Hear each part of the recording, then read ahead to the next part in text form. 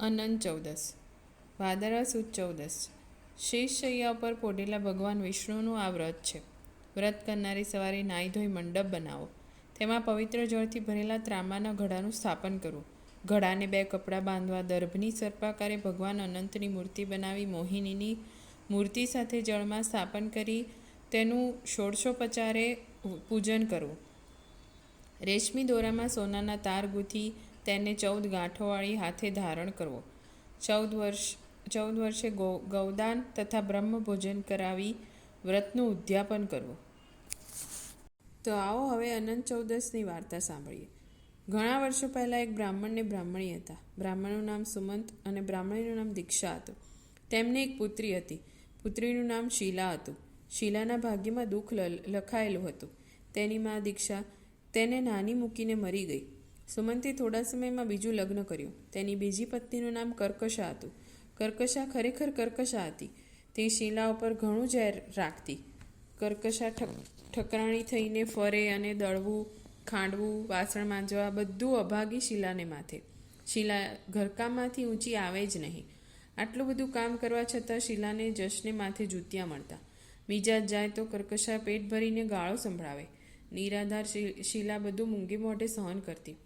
શીલા હવે સમજુ થઈ હતી. સુમંત તેના લગ્ન માટે યોગ્ય વરની શોધમાં હતો. એટલામાં મહામુનિ કૌંડિન્ય ત્યાં આવી ચડ્યા. તેમણે શીલાનું માંગું કર્યું. સુમંતે રાજી થઈને હા પાડી. શીલા અને કૌંડિન્ય મુનિના લગ્ન થઈ ગયા.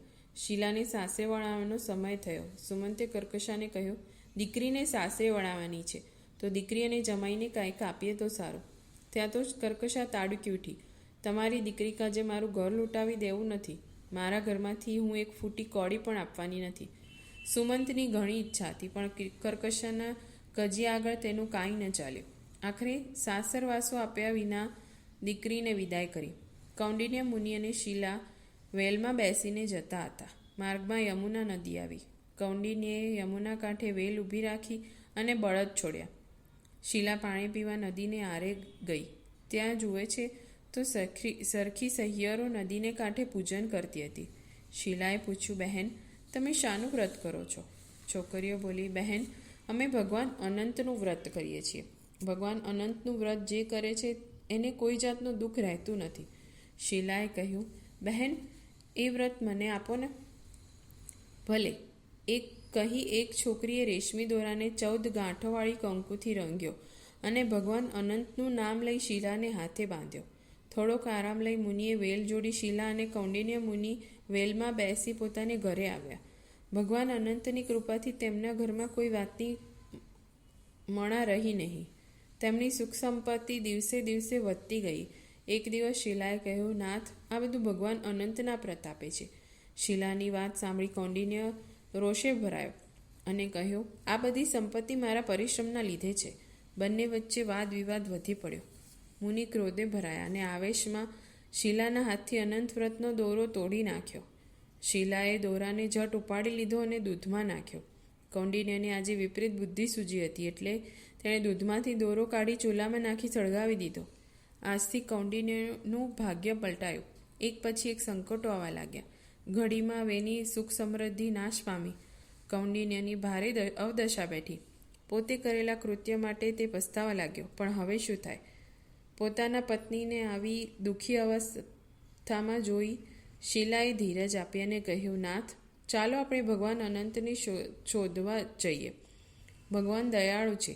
તેઓ અવશ્ય આપણા સામું જોશે.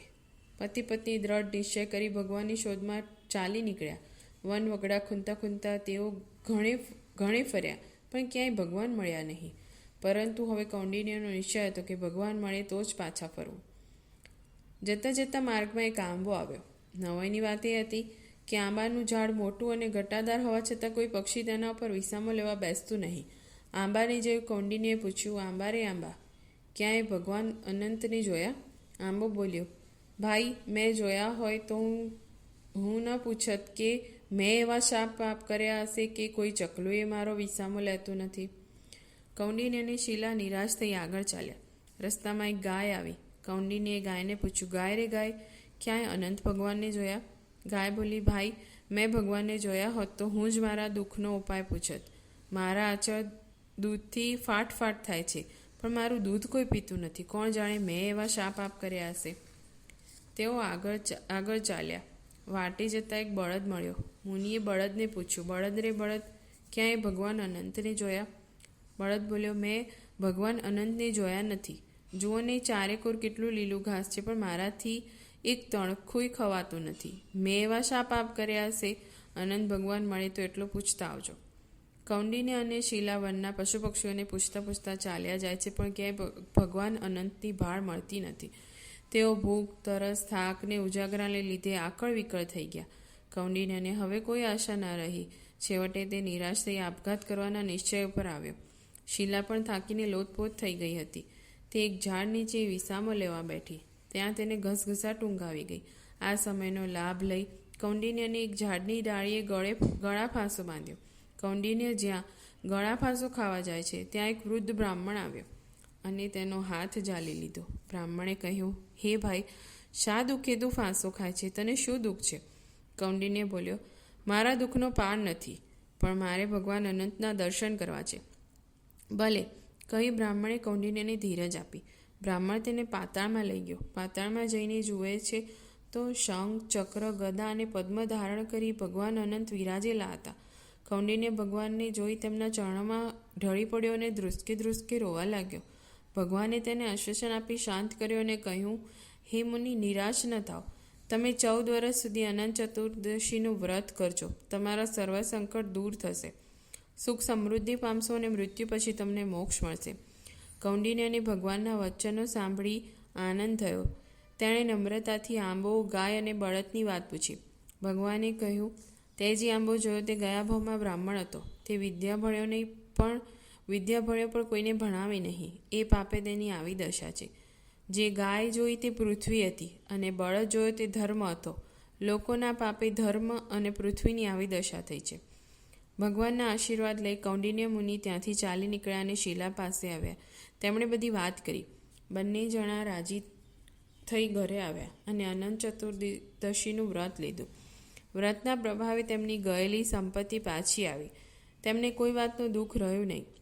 જે કોઈ અનંત ચૌદશનું વ્રત કરશે તેના ઉપર ભગવાન પ્રસન્ન થશે અને તેના ઘરમાં સુખ સમૃદ્ધિની ખોટ નહીં રહે.